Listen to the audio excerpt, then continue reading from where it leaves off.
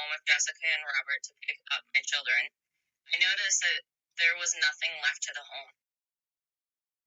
For most parents, it's hard to choose a child caregiver. We don't trust people with our children because of all the horrific stories we see on the news of child abuse, molesting, and murder. For working parents, a single parent, they have no choice but to entrust in a family member and outside child care providers. What if you entrusted the life of your children in the care of an individual, and while you return to the house where you left them, it's empty, without an explanation or warning? What would you do? Would you call law enforcement? What if law enforcement did not issue a child endangerment alert or offer you help in finding your children? We are taught as early as elementary school to trust in the criminal justice system. The judicial system was put in place to protect citizens against wrongdoings, but what if they don't come to our aid in time of trouble when a crime has been committed against us or our children? Marty Vance had decided to start a new life in Pierre, South Dakota, after having to have her short marriage dissolved. She had several jobs lined up to check on after arriving to South Dakota, but she had to make the long drive from Arizona to South Dakota to move her and her children's belongings, and that was going to be very hard with 3 small children. So she made arrangements with her ex-husband's niece to watch her sons for a few days. Marty left on January 2nd and arrived on January 4th. She unloaded their belongings and returned back to Arizona on the 6th, but only to find the house where she left her children at. It was empty, and her children were missing. Gone. She returned back to South Dakota on the 7th, seeing she had received a letter from Preston, Idaho, stating the caregiver was filing for guardianship of her children. Welcome to The Missing Truth, and this is Marty's story. My name's Marty. Most wouldn't believe that I have 3 children in my community. That's because I'm not originally from here. I'm actually from a small town in Arizona, and a lot would ask me about my boys. Starting a conversation with my children illegally kidnapped has been a hardship of mine that has haunted me for the sum of 8 years. I'm here. I'm ready to tell my story and theirs. Marty, tell me a little bit about your boys. I have 3 boys, ages 13, 12, and 10. When they were taken, their names were Jacoby, my 13-year-old, Axel, my 12-year-old, and Cooper, my 10-year-old. I didn't ever allow my ex-husband to help me with them because not only was he the step-parent, things weren't as they always seemed. Due to a bad situation, our marriage was later annulled. I made the choice to come to South Dakota. I wanted to come here to give us all a new start. I had arrived in South Dakota on the 2nd of January 2014 to drop a load off and return home for my children. Yes, I had left them in the care of Jessica and Robert with the agreement that they are to watch my children for the sum of no longer than a week. I left South Dakota on the 3rd of January and arrived back home in Arizona on the 5th of January.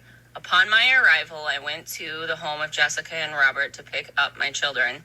I noticed that there was nothing left to the home, no life to be found. This is when the search first started. I left the state of Arizona at 2 a.m. on January 6th and was back in the state of South Dakota on January 7th. I didn't honestly know what to do because I tried filing kidnapping charges before I left Arizona, and because it was my hometown and I was already known, I was completely disregarded. Come January 8th, back home in South Dakota, I wake up with a knock on my door and I'm being served with papers from Preston, Idaho.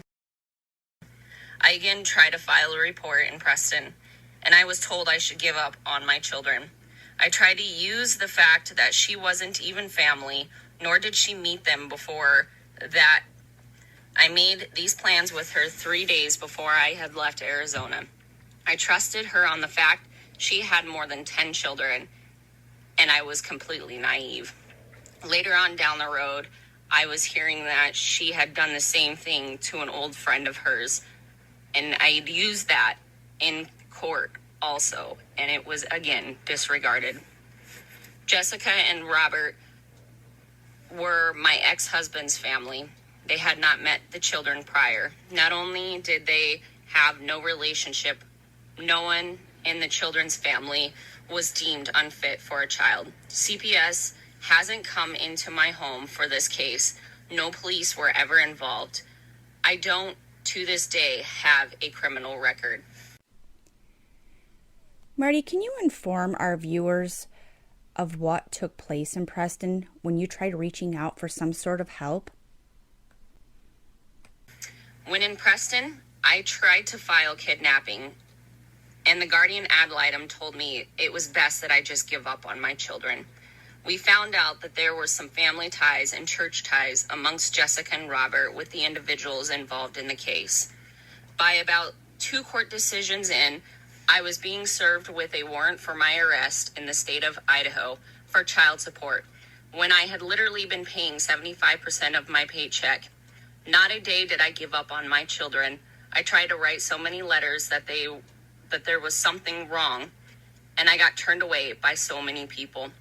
By 2015, I was $13,000 in child support debt.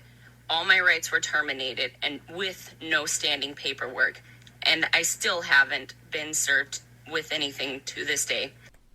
At this point, I have text message proof that she's saying she's going to get away with kidnapping. She cut all contact with my children and their families, where we all had a concern that their safety was in danger. My oldest son's dad had gotten a lawyer and was able to get some charges filed, where she was violating the court order, and still no one looked into anything. By 2016, they had disappeared again and were found in Sioux City, Iowa, where I tried again putting a report of kidnapping and nothing was done. I paid all of my child support actively, as I do to this day. And in 2017, they had moved back to Arizona. I had a neighbor report that they were back and seen my children. 3 months after that, I'm hearing my middle and my oldest were once again gone. But Jessica and Robert were still in the area. I have a family member report to me inside their family that there was sexual abuse and child trafficking allegations going against them. I spent another 2 years trying to find the oldest, and I kept watch on the youngest, though I could not always keep watch through as many people as I could. I've asked so many times for help, and no one has ever wanted to help. I spent thousands of dollars trying to get a lawyer that impacted the case, and all I got was child support debt lowered. I find out that I'm still to this day paying for children, and these people haven't had them in 2 or more years. Finally, in April of 2020, I had a adoption letter come through for my oldest son, who will now be 13 in just a few short weeks. I'm going to sneak in here real quick and inform our viewers that Marty currently has custody of her 13-year-old brother. So I'm not understanding a lot of this. Marty is in contact with her oldest son. She's going to tell us what he has told her, and that has been going on all these years since he and his 2 younger brothers were kidnapped 8 years ago. Go ahead, Marty. Just 2 weeks ago, he finally was able to tell me what really happened. So the story that he gave me was this: Mom, I have suffered tremendous abuse. They did so many bad things to me and the children that are missing. They took my brother to another state where they dropped him off with someone they didn't even know the name of. My youngest brother is still in the home, suffering the same tremendous amount of abuse. My son is being prosecuted for things he's not even aware of, and they are punishing him as an adult for the abuse he suffered through. I have had literally complied and jumped through hoops just to adopt my own son, because they are saying I have no rights to him. They are refusing to release him until I jump through more hoops. I passed everything. I have no criminal record, and I have paid my way through child support for these children. They didn't have. And on top of that, the situation just gets worse by the day. My son absolutely needs a lawyer. I need a lawyer. I have one child lost out there and the other one being abused daily by these monsters. They have had charges brought up against Jessica and Robert for 5 missing children in the home, plus trafficking and child sexual abuse. As of current stance, there has been no justice brought against them, and they still have 14 children in the home. I'm not only concerned for the safety of the ones they still have, but I'm also concerned for my own. All I want to do is bring my children home and help them heal, but I can't if nothing is ever done to their abusers. I have pulled from my own pocket this whole time, over 8 years. And I've been dealing with this through every single thing they have asked me to do with no positive results. I'm noticing the longer I wait to have a lawyer, the longer the abuse and the system punishment goes on. It breaks my own heart. I can't protect my own children. And I've been very private about all of this, but I no longer can. I have to speak. I know I do. I realize I need help to save the children. I need to advocate for them. I'm asking for as much help as I can to get my story told and justice brought to the babies. So I'm finally reaching out after 8 years of being turned away. This is literally my last hope. And I pray someone out there has the heart to help me tell their story and save the babies, because they are all that matters in this world.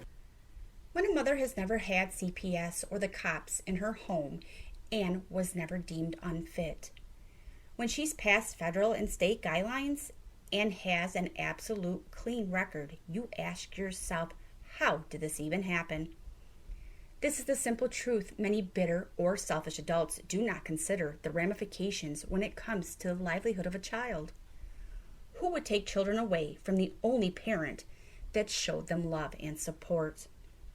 Who wakes up one day and decides, I'm going to take someone's children?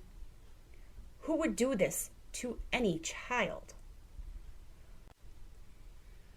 Who wakes up and decides that the parent that was perfectly acceptable yesterday is a monster today, and that to gain some advantage or satisfy some selfish desire? It is not okay to go on a mission to destroy a person. Kidnapping her children and alienating her by saying that she suddenly is a parent who is no good when all she did was trust you to take care of her children so she could move her and her boys' things to a different state. Anyone going through what Marty has gone through needs to stand up for the unfairness of CPS and our justice system. False allegations without proof help change legislation in the court system on how judges are reviewing each case before they make a decision on that case without evidence. Marty has been through it all.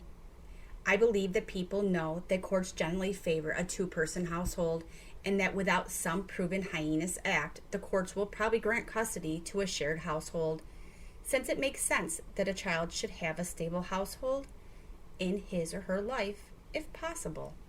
But how are the family court systems to know what actually goes on behind closed doors in any household, and how do you determine what is stable?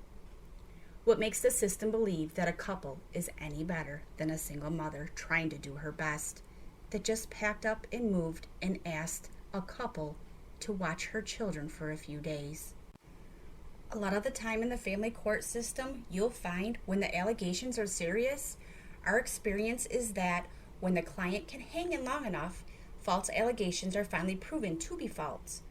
But when a mother has spent so much money in the past several years to prove what is right and what is wrong, it seems to get overwhelming and starts to feel that justice is a shot in the dark. But what about the children? Even when an allegation is eventually proven to be false, oftentimes years or months of litigation have occurred. Usually the children have been told one or both versions of what is going on, or even sometimes coerced to be involved in the making of a false allegation. The emotional abuse to a child involved in this type of litigation based upon false statements oftentimes abruptly changes the course of a child's life. Marty is a mother who did everything the courts asked her to do, but still she is left wondering why.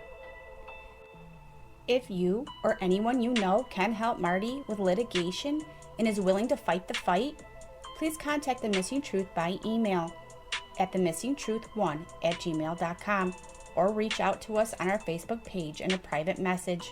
We will gladly send your information to her.